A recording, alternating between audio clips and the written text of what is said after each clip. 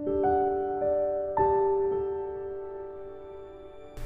International Seminar Unlimited, Seminarios y Tutorías TISU y el Ministerio Conéctate a Jesús presentan letra y audio del curso El Deseado de Todas las Gentes.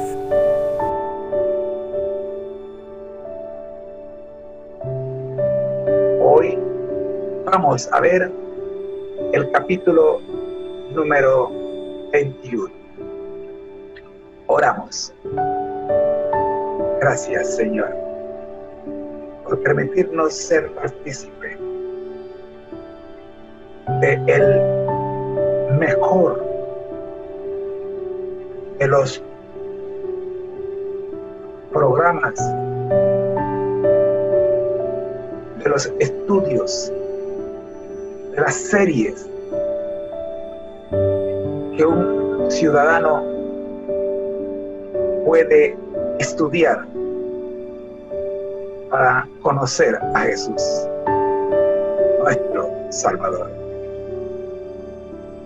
Gracias, Señor, por permitirnos estudiar el deseado de toda la gente, como le llamó el profeta Ageo. Oramos, buen Dios, en el nombre de Jesús. Amén. Y hay en Jerusalén, a la puerta del ganado, un estanque, que en hebraico es llamado Betesda, el cual tiene 5 portales. En estos yacía multitud de enfermos, ciegos, cojos, secos, que estaban esperando el movimiento del agua. En ciertos momentos se agitaban las aguas de este estanque, y se creía que ello se debía a un poder sobrenatural, y que el primero que en ellas entrara, después que fuesen agitadas, sanaba de cualquier enfermedad que tuviese. Centenares de enfermos visitaban el lugar, pero era tan grande la muchedumbre cuando el agua se agitaba, que se precipitaban y pisoteaban a los más débiles. Muchos no podían ni acercarse al estanque. Otros, habiendo logrado alcanzarlo, morían en sus orillas. Se habían levantado refugios en derredor del lugar, a fin de que los enfermos estuviesen protegidos del calor del día y del frío de la noche. Algunos pernoctaban en esos pórticos, arrastrándose a la orilla del estanque día tras día, con una vana esperanza de alivio.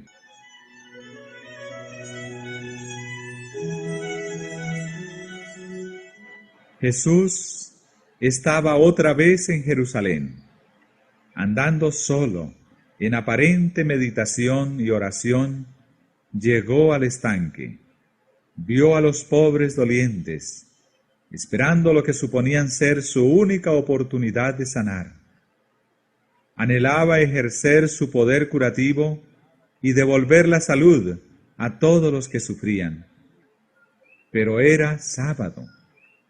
Multitudes iban al templo para adorar, y él sabía que un acto de curación como este excitaría de tal manera el prejuicio de los judíos que abreviaría su obra.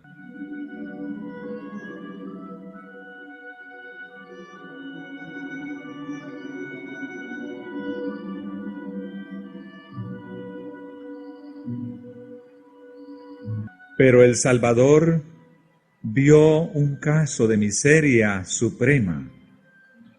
Era el de un hombre que había estado imposibilitado durante 38 años. Su enfermedad era en gran parte resultado de su propio pecado y considerada como juicio de Dios. Solo y sin amigos, sintiéndose privado de la misericordia de Dios, el enfermo había sufrido largos años. Cuando se esperaba que las aguas iban a ser revueltas, los que se compadecían de su incapacidad lo llevaban a los pórticos, pero en el momento favorable no tenía a nadie para ayudarle a entrar. Había visto agitarse el agua, pero nunca había podido llegar más cerca que la orilla del estanque. Otros, más fuertes que él, se sumergían antes. No podían contender con éxito con la muchedumbre egoísta y arrolladora. Sus esfuerzos perseverantes hacia su único objeto y su ansiedad y continua desilusión estaban agotando rápidamente el resto de sus fuerzas.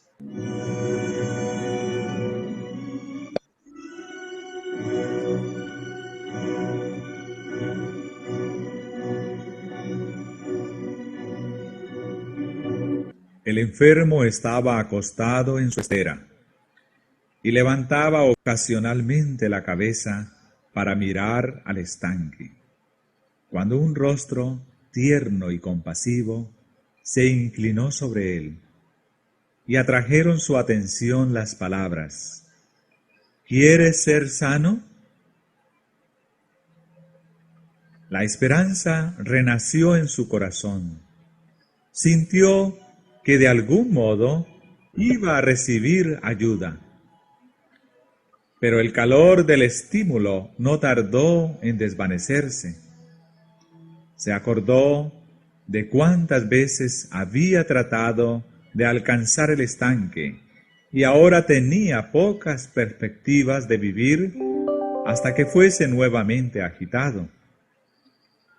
Volvió la cabeza, cansado, diciendo: Señor, no tengo hombre que me meta en el estanque cuando el agua fuere revuelta, porque entre tanto que yo vengo, otros antes de mí han descendido.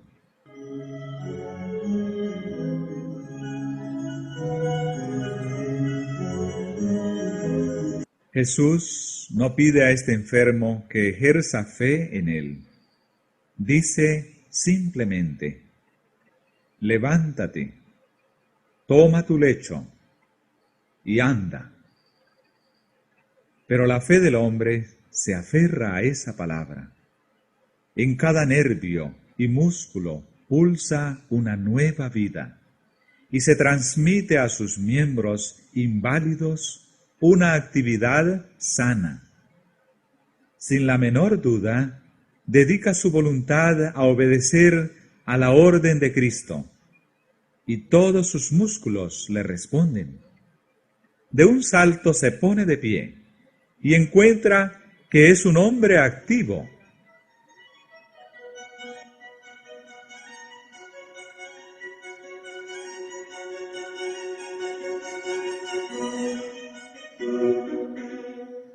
Jesús no le había dado seguridad alguna de ayuda divina.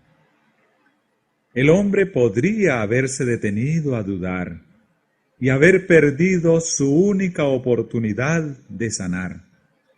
Pero creyó la palabra de Cristo y al obrar de acuerdo con ella, recibió fuerza.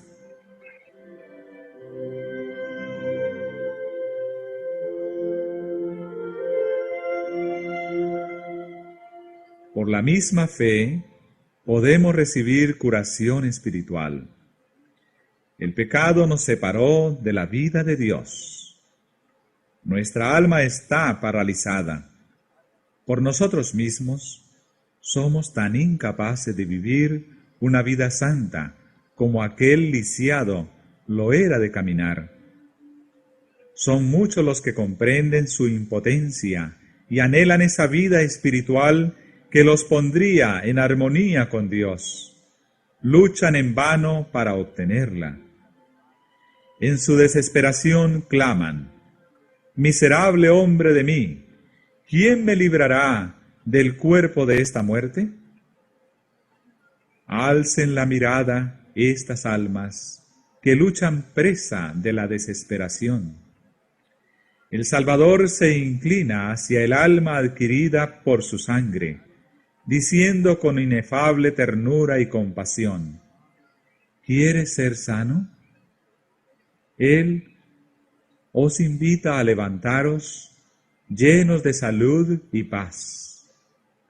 No esperéis hasta sentir que sois sanos. Creed en su palabra y se cumplirá. Poned vuestra voluntad de parte de Cristo. Quered servirle, y al obrar de acuerdo con su palabra, recibiréis fuerza. Cualquiera sea la mala práctica, la pasión dominante que haya llegado a esclavizar vuestra alma y cuerpo por haber cedido largo tiempo a ella, Cristo puede y anhela libraros. Él impartirá vida al alma de los que estabais muertos en vuestros delitos. Librará al cautivo que está sujeto por la debilidad, la desgracia y las cadenas del pecado.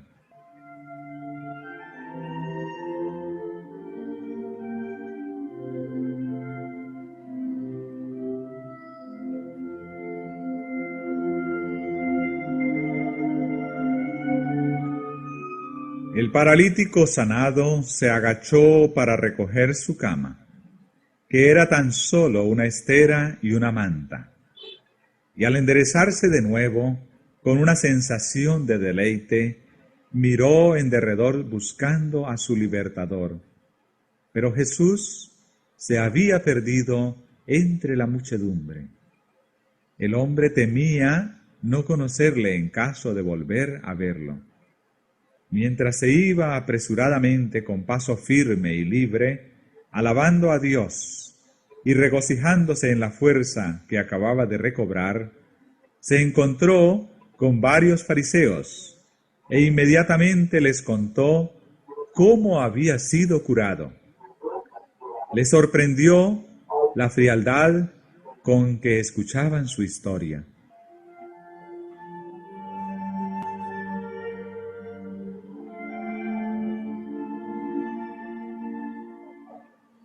Con frentes ceñudas le interrumpieron, preguntándole por qué llevaba su cama en sábado. Le recordaron severamente que no era lícito llevar cargas en el día del Señor. En su gozo, el hombre se había olvidado de que era sábado y sin embargo no se sentía condenado por obedecer la orden de aquel que tenía tanto poder de Dios. Contestó osadamente: el que me sanó, él mismo me dijo: toma tu lecho y anda. Le preguntaron quién había hecho esto, pero él no se lo podía decir. Esos gobernantes sabían muy bien que solo uno se había demostrado capaz de realizar este milagro, pero deseaban una prueba directa de que era Jesús, a fin de poder condenarle como violador del sábado. En su opinión, no solo había quebrantado la ley sanando al enfermo en sábado, sino que había cometido un sacrilegio al ordenarle que llevase su cama.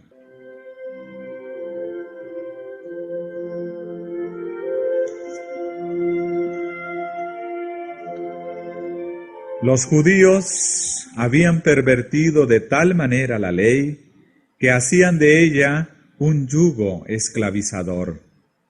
Sus requerimientos sin sentido habían llegado a ser ludibrio entre otras naciones, y el sábado estaba especialmente recargado de toda clase de restricciones sin sentido. No era para ellos una delicia, santo a Jehová y honorable. Los escribas y fariseos habían hecho de su observancia una carga intolerable. Un judío no podía encender fuego, ni siquiera una vela en sábado. Como consecuencia, el pueblo hacía cumplir por gentiles muchos servicios que sus reglas les prohibían hacer por su cuenta. No reflexionaban que si estos actos eran pecaminosos, los que empleaban a otros para realizarlos eran tan culpables como si los hiciesen ellos mismos. Pensaban que la salvación se limitaba a los judíos y que la condición de todos los demás, siendo ya desesperada, no podía empeorar. Pero Dios no ha dado mandamientos que no puedan ser acatados por todos. Sus leyes no sancionan ninguna restricción irracional o egoísta.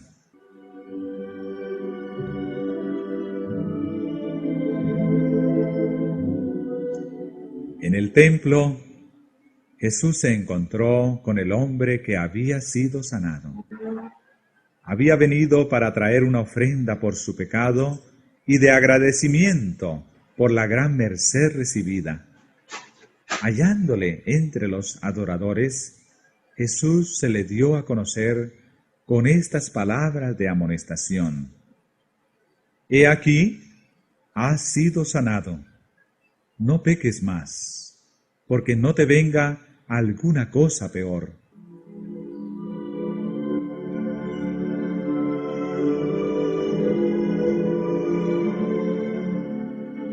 El hombre sanado quedó abrumado de regocijo al encontrar a su libertador.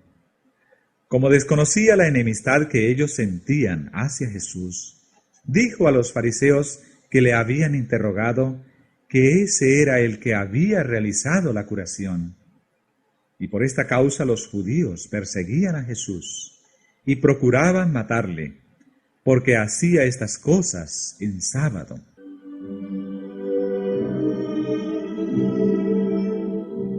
Jesús fue llevado ante el Sanedrín para responder a la acusación de haber violado el sábado. Si en ese tiempo los judíos hubiesen sido una nación independiente, esta acusación habría servido sus fines de darle muerte. Pero la sujeción a los romanos lo impedía. Los judíos no tenían facultad de infligir la pena capital, y las acusaciones presentadas contra Cristo no tendrían peso en un tribunal romano. Sin embargo, esperaban conseguir otros objetos. A pesar de los esfuerzos que ellos hacían para contrarrestar su obra, Cristo estaba llegando, aún en Jerusalén, a ejercer sobre el pueblo una influencia mayor que la de ellos. Multitudes que no se interesaban en las arengas de los rabinos eran atraídas por su enseñanza. Podían comprender sus palabras y sus corazones eran consolados y alentados. Hablaba de Dios, no como un juez vengador, sino como de un Padre tierno, y revelaba la imagen de Dios reflejada en sí mismo. Sus palabras eran como bálsamo para el espíritu herido. Tanto por sus palabras como por sus obras de misericordia, estaba quebrantando el poder opresivo de las antiguas tradiciones y de los mandamientos de origen humano, y presentaba el amor de Dios en su plenitud inagotable.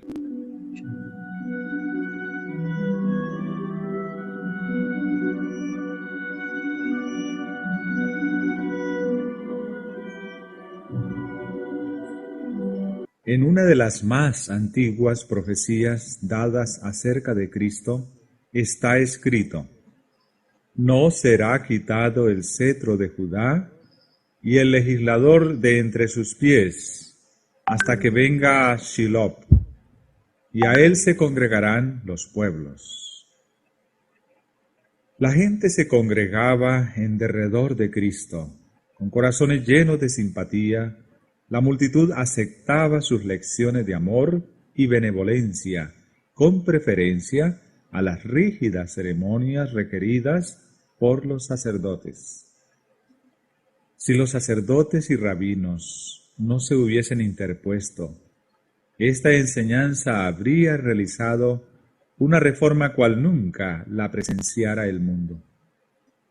Pero a fin de conservar su poder, estos dirigentes resolvieron quebrantar la influencia de Jesús. Su emplazamiento ante el Sanedrín y una abierta condenación de sus enseñanzas debían contribuir a lograr esto, porque la gente tenía todavía gran reverencia por sus dirigentes religiosos. Cualquiera que se atreviese a condenar los requerimientos rabínicos o intentase aliviar las cargas que habían impuesto al pueblo, era considerado culpable no sólo de blasfemia, sino de traición. Basándose en esto, los rabinos esperaban excitar las sospechas contra Jesús. Afirmaban que trataban de destruir las costumbres establecidas, causando así división entre la gente y preparando el completo sojuzgamiento de parte de los romanos.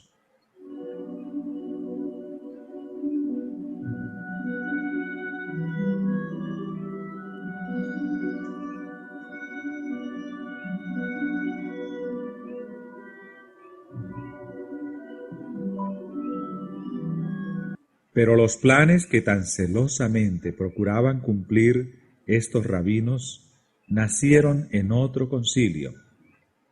Después que Satanás fracasó en su intento de vencer a Cristo en el desierto, combinó sus fuerzas para que se opusiesen a su ministerio y, si fuese posible, estorbasen su obra. Lo que no pudo lograr por el esfuerzo directo y personal, resolvió efectuarlo por la estrategia. Apenas se retiró del conflicto en el desierto, tuvo concilio con sus ángeles y maduró sus planes para cegar aún más la mente del pueblo judío, a fin de que no reconociese a su Redentor.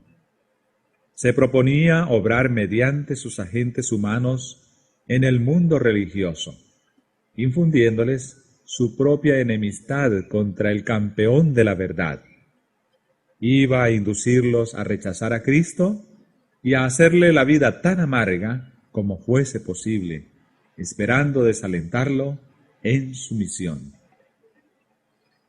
Y los dirigentes de Israel llegaron a ser instrumentos de Satanás para guerrear contra el Salvador.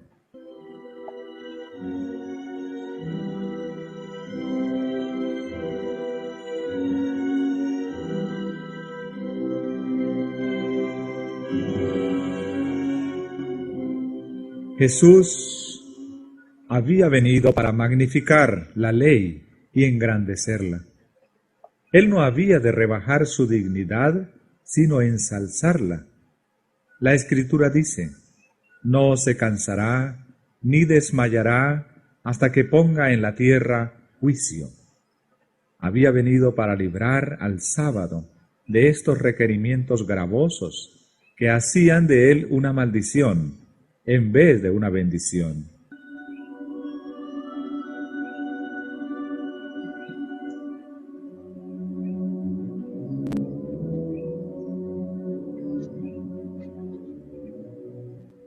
Por esta razón, había escogido el sábado para realizar el acto de curación de Betesda.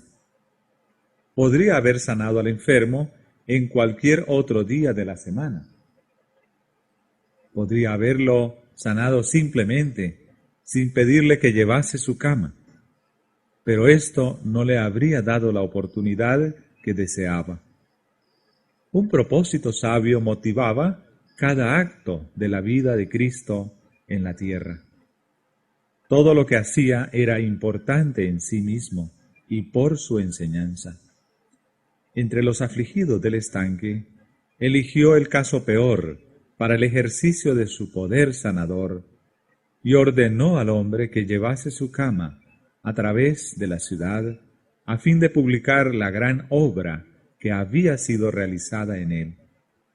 Esto iba a levantar la cuestión de lo que era lícito hacer en sábado y prepararía el terreno para denunciar las restricciones de los judíos acerca del día del Señor y declarar nulas sus tradiciones.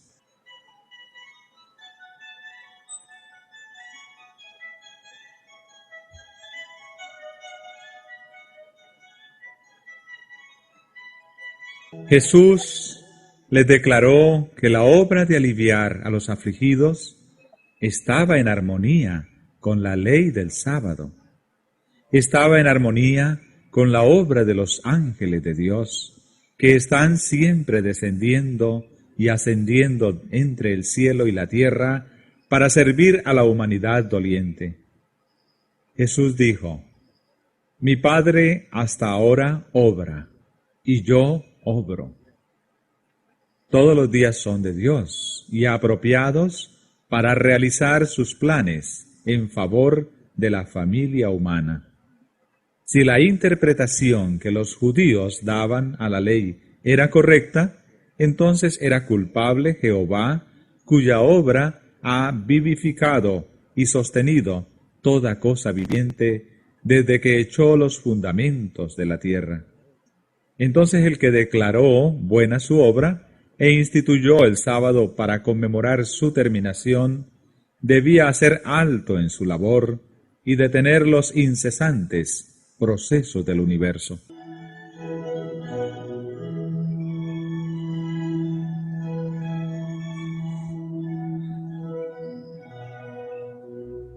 ¿Debía Dios prohibir al sol que realizase su oficio en sábado, suspender sus agradables rayos para que no calentasen la tierra ni nutriesen la vegetación? ¿Debía el sistema de los mundos detenerse durante el día santo? ¿Debía ordenar a los arroyos que dejasen de regar los campos y los bosques y pedir a las olas del mar que detuviesen su incesante flujo y reflujo? ¿Debían el trigo y la cebada dejar de crecer y el racimo suspender su maduración púrpura? ¿Debían los árboles y las flores dejar de crecer o abrirse en sábado?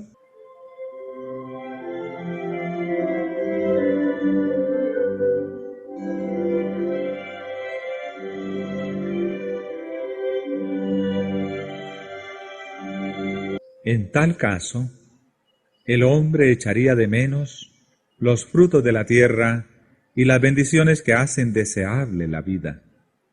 La naturaleza debía continuar su curso invariable. Dios no podía detener su mano por un momento, o el hombre desmayaría y moriría. Y el hombre también tiene una obra que cumplir en sábado: atender las necesidades de la vida, cuidar a los enfermos, proveer a los menesterosos. No será tenido por inocente quien descuide el alivio del sufrimiento ese día. El santo día de reposo de Dios fue hecho para el hombre, y las obras de misericordia están en perfecta armonía con su propósito. Dios no desea que sus criaturas sufran una hora de dolor que pueda ser aliviada en sábado o cualquier otro día.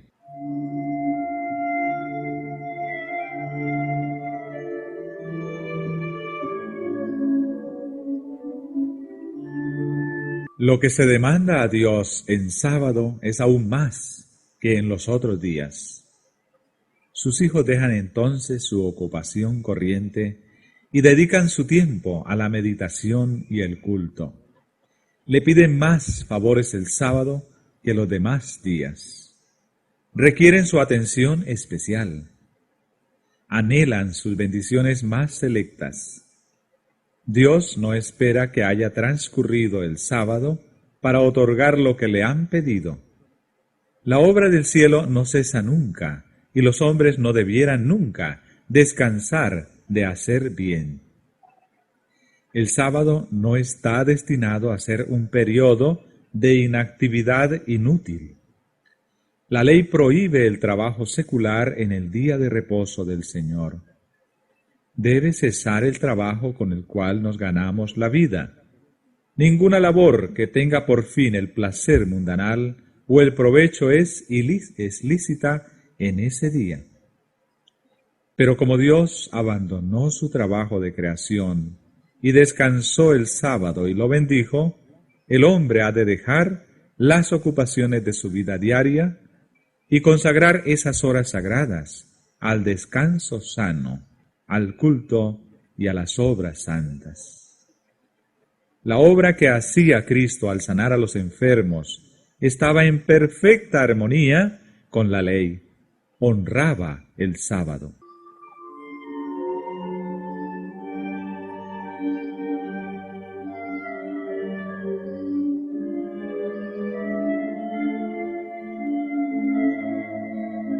Jesús aseveró tener derechos iguales a los de Dios, mientras hacía una obra igualmente sagrada, del mismo carácter que aquella en la cual se ocupaba el Padre en el cielo. Pero esto airó aún más a los fariseos. No sólo había violado la ley a juicio de ellos, sino que al llamar a Dios mi Padre, se había declarado igual a Dios.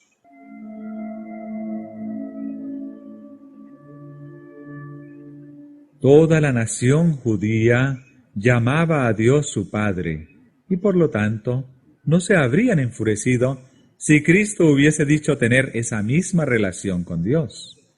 Pero le acusaron de blasfemia, con lo cual demostraron entender que él hacía este aserto en su sentido más elevado.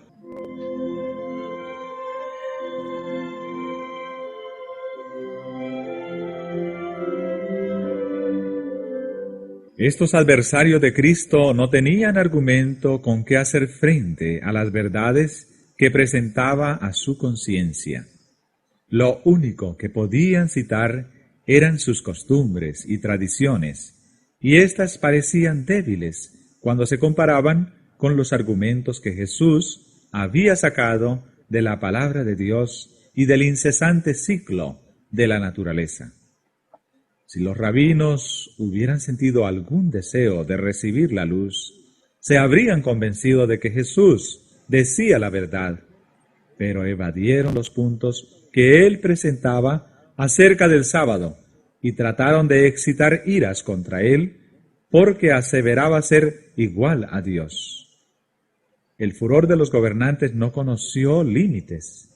Si no hubiesen temido al pueblo, los sacerdotes y rabinos habrían dado muerte a Jesús allí mismo. Pero el sentimiento popular en su favor era fuerte. Muchos reconocían en Jesús al amigo que había sanado sus enfermedades y consolado sus pesares, y justificaban la curación del enfermo de Betesda. Así que por el momento los dirigentes se vieron obligados a refrenar su odio.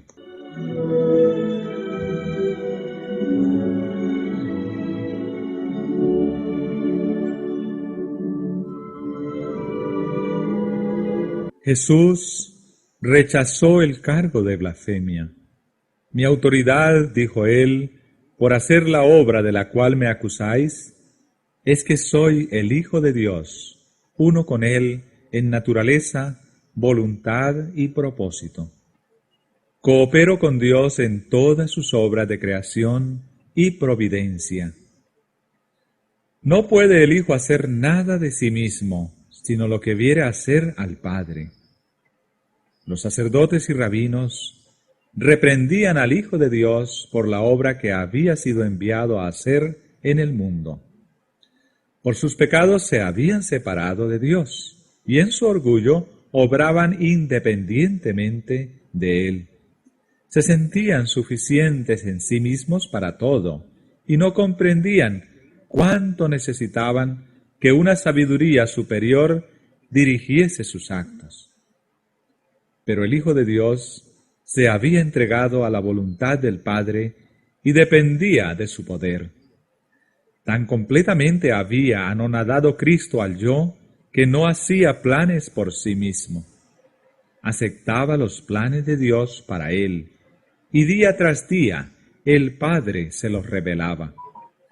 De tal manera debemos depender de Dios, que nuestra vida sea el simple desarrollo de su voluntad.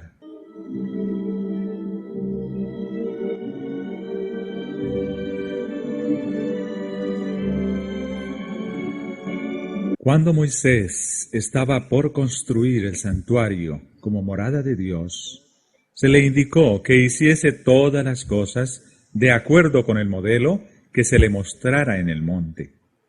Moisés estaba lleno de celo para hacer la obra de Dios. Los hombres más talentosos y hábiles estaban a su disposición para ejecutar sus sugestiones.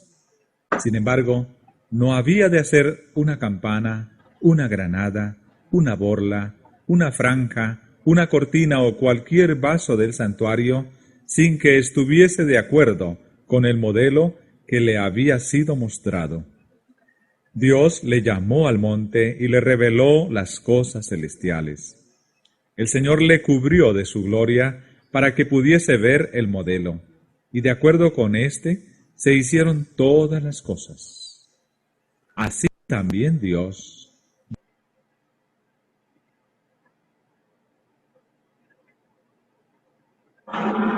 su morada, le había revelado su glorioso ideal del carácter.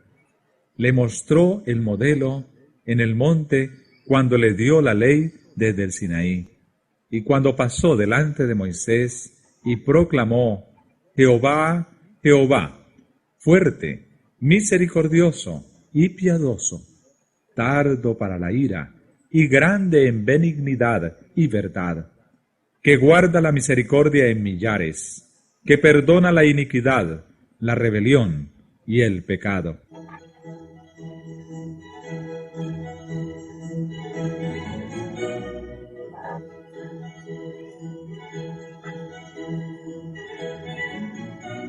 Israel había preferido sus propios caminos.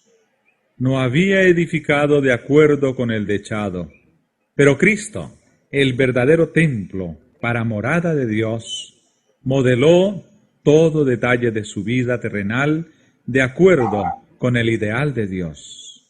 Dijo: Me complazco en hacer tu voluntad, oh Dios mío, y tu ley está en medio de mi corazón. Así también nuestro carácter debe ser edificado para morada de Dios en espíritu. Y hemos de hacer todas las cosas de acuerdo con el modelo, a saber, aquel que padeció por nosotros, dejándonos ejemplo, para que vosotros sigáis sus pisadas.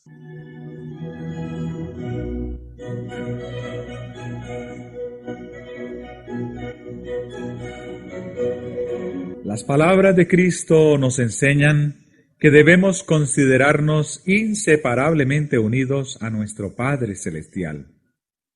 Cualquiera sea nuestra situación, dependemos de Dios, quien tiene todos los destinos en sus manos. Él nos ha señalado nuestra obra y nos ha dotado de facultades y recursos para ella.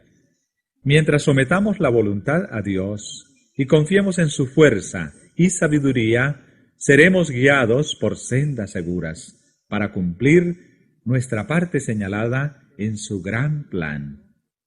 Pero el que depende de su propia sabiduría y poder se separa de Dios. En vez de obrar al unísono con Cristo, cumple el propósito del enemigo de Dios y del hombre.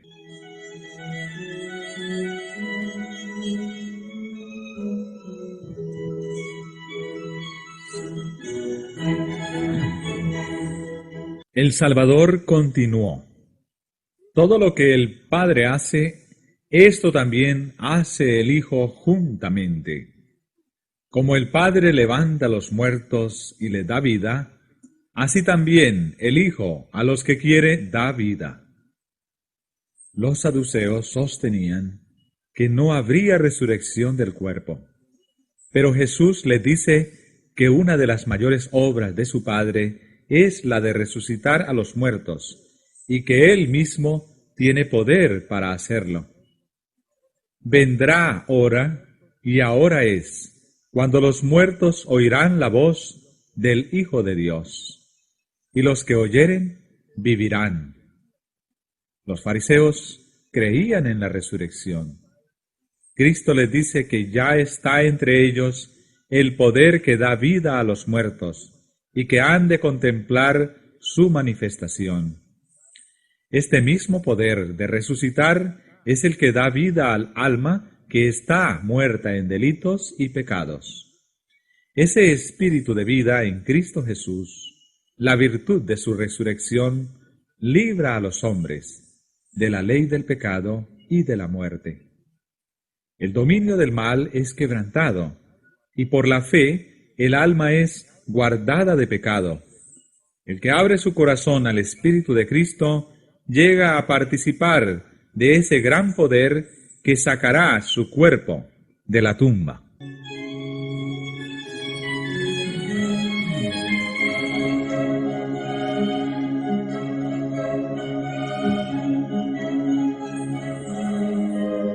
El humilde Nazareno asevera su verdadera nobleza.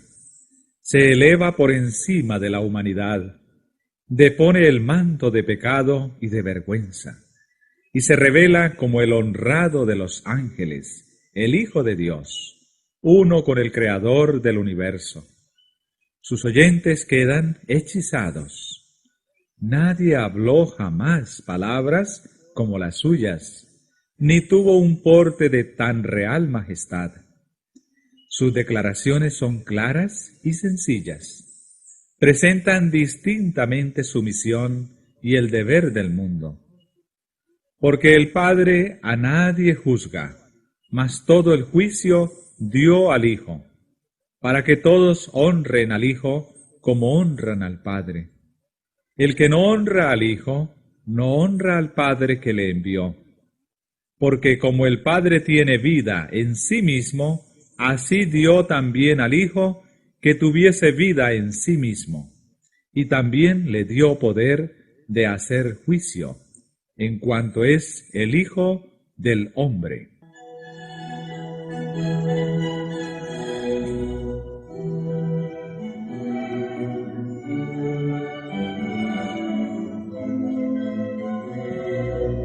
Los sacerdotes y gobernantes se habían constituido jueces para condenar la obra de Cristo, pero Él se declaró juez de ellos y de toda la tierra.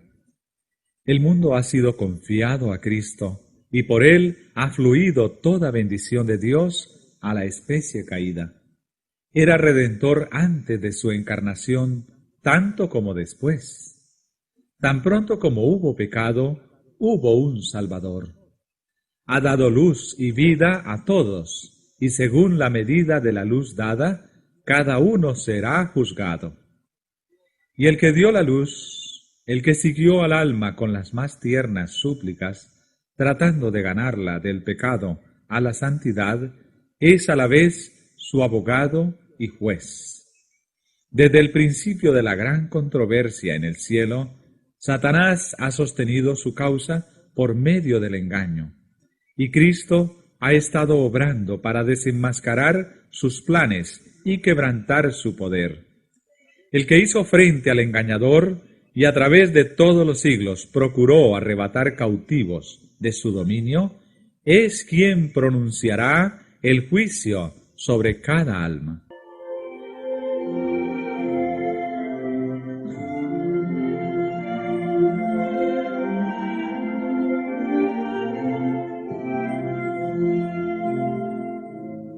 Y Dios le ha dado potestad de ejecutar juicio, por cuanto es el Hijo del Hombre, porque gustó las mismas heces de la aflicción y tentación humanas, y comprende las debilidades y los pecados de los hombres, porque en nuestro favor resistió victoriosamente las tentaciones de Satanás, y tratará justa y tiernamente con las almas, por cuya salvación fue derramada su sangre. Por todo esto, el Hijo del Hombre ha sido designado para ejecutar el juicio.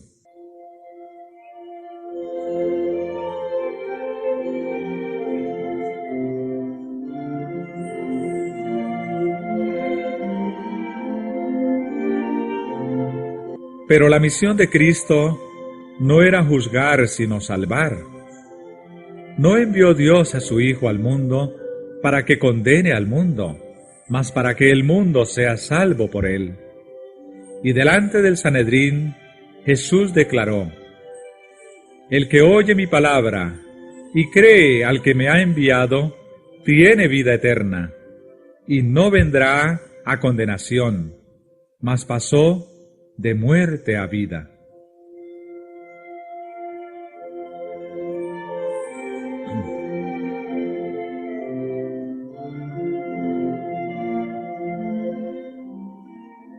Invitando a sus oyentes a no asombrarse, Cristo reveló ante ellos, en una visión aún mayor, el misterio de lo futuro. Vendrá hora, dijo, cuando todos los que están en los sepulcros oirán su voz, y los que hicieron bien saldrán a resurrección de vida, mas los que hicieron mal a resurrección de condenación.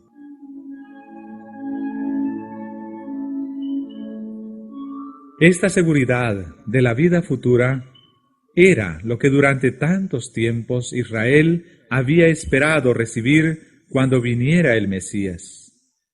Resplandecía sobre ellos la única luz que puede iluminar la lobreguez de la tumba. Pero la obstinación es ciega. Jesús había violado las tradiciones de los rabinos y despreciado su autoridad, y ellos no querían creer. El tiempo, el lugar, la ocasión, la intensidad de los sentimientos que dominaban a la asamblea, todo se combinaba para hacer más impresionantes las palabras de Jesús ante el Sanedrín. Las más altas autoridades religiosas de la nación procuraban matar a aquel que se declaraba restaurador de Israel. El Señor del sábado había sido emplazado ante un tribunal terrenal para responder a la acusación de violar la ley del sábado.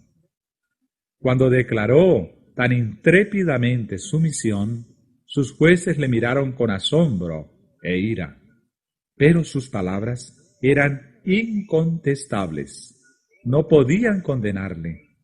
Negó a los sacerdotes y rabinos el derecho a interrogarle o a interrumpir su obra.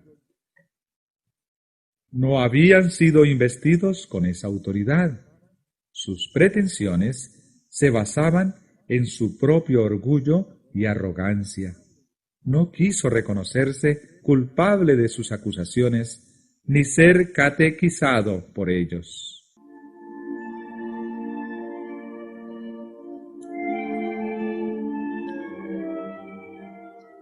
En vez de disculparse por el hecho del cual se quejaban o explicar el propósito que tuviera al realizarlo, Jesús se encaró con los gobernantes y el acusado se trocó en acusador.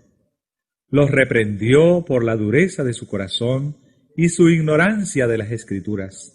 Declaró que habían rechazado la palabra de Dios, puesto que habían rechazado a aquel a quien Dios había enviado. Escudriñáis las Escrituras, pues pensáis que en ellas tenéis la vida eterna, y ellas son las que dan testimonio de mí.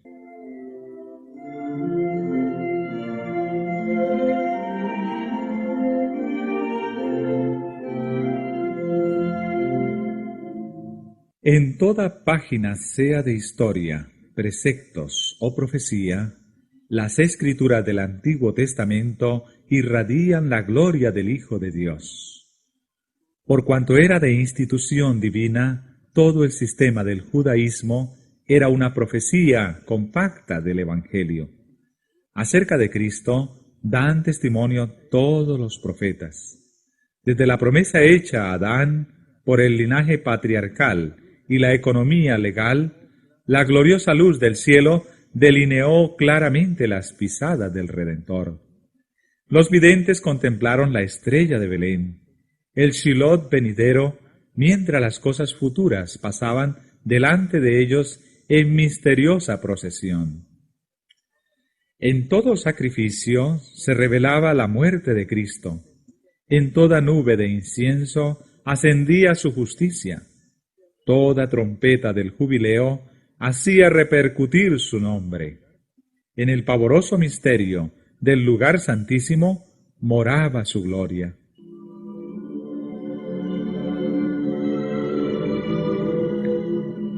Los judíos poseían las Escrituras y suponían que en el mero conocimiento externo de la palabra tenían vida eterna. Pero Jesús dijo: «No tenéis su palabra morando en vosotros». Habiendo rechazado a Cristo en su palabra, le rechazaron en persona. «No queréis venir a mí», dijo, «para que tengáis vida». Los dirigentes judíos habían estudiado las enseñanzas de los profetas acerca del reino del Mesías, pero lo habían hecho no con un sincero deseo de conocer la verdad, sino con el propósito de hallar evidencia con que sostener sus ambiciosas esperanzas. Cuando Cristo vino de una manera contraria a sus expectativas, no quisieron recibirle, y a fin de justificarse, trataron de probar que era un impostor. Una vez que hubieron asentado los pies en esta senda, fue fácil para Satanás fortalecer su oposición a Cristo. Interpretaron contra él las mismas palabras que deberían haber recibido como evidencia de su divinidad.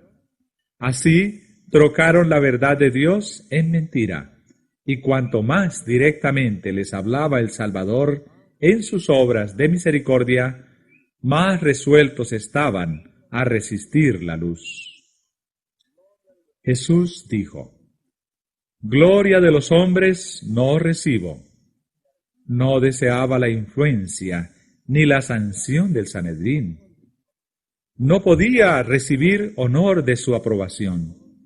Estaba investido con el honor y la autoridad del cielo. Si lo hubiese deseado, los ángeles habrían venido a rendirle homenaje. El Padre habría testificado de nuevo acerca de su divinidad, pero para beneficio de ellos mismos, por causa de la nación cuyos dirigentes eran, deseaba que los gobernantes judíos discerniesen su carácter y recibiesen las bendiciones que había venido a traerles. He venido en nombre de mi Padre, y no me recibís. Si otro viniere en su propio nombre, a aquel recibiréis. Jesús vino por autoridad de Dios, llevando su imagen, cumpliendo su palabra y buscando su gloria. Sin embargo, no fue aceptado por los dirigentes de Israel. Pero cuando vinieran otros, asumiendo el carácter de Cristo, pero impulsados por su propia voluntad y buscando su propia gloria, los recibirían. ¿Por qué? Porque el que busca su propia gloria apela al deseo de exaltación propia en los demás.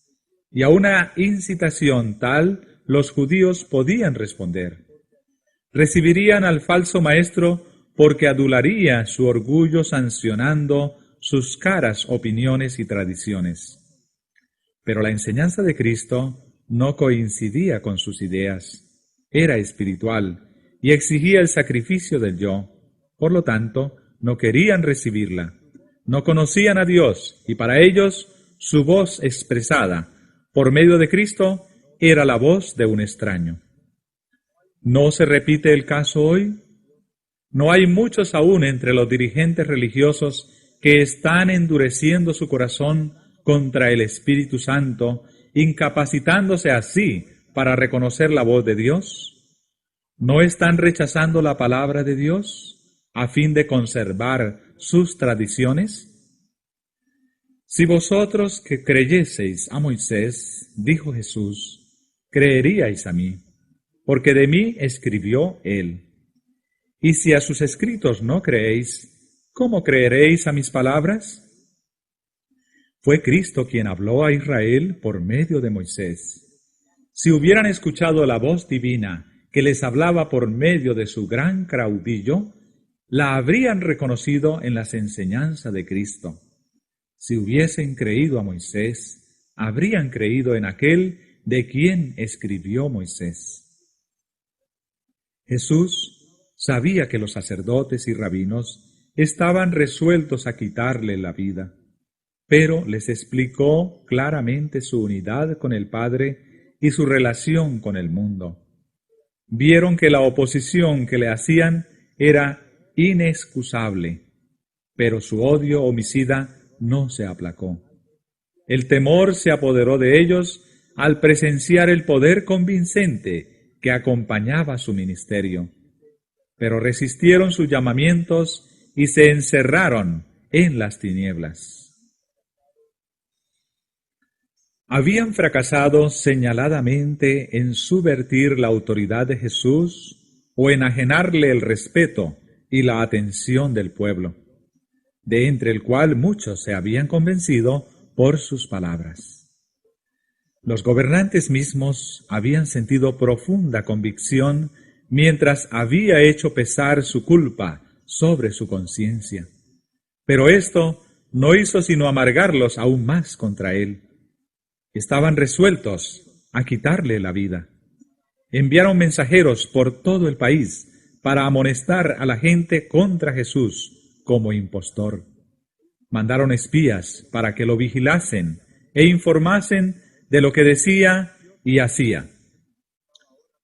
El precioso Salvador estaba ahora muy ciertamente bajo la sombra de la cruz.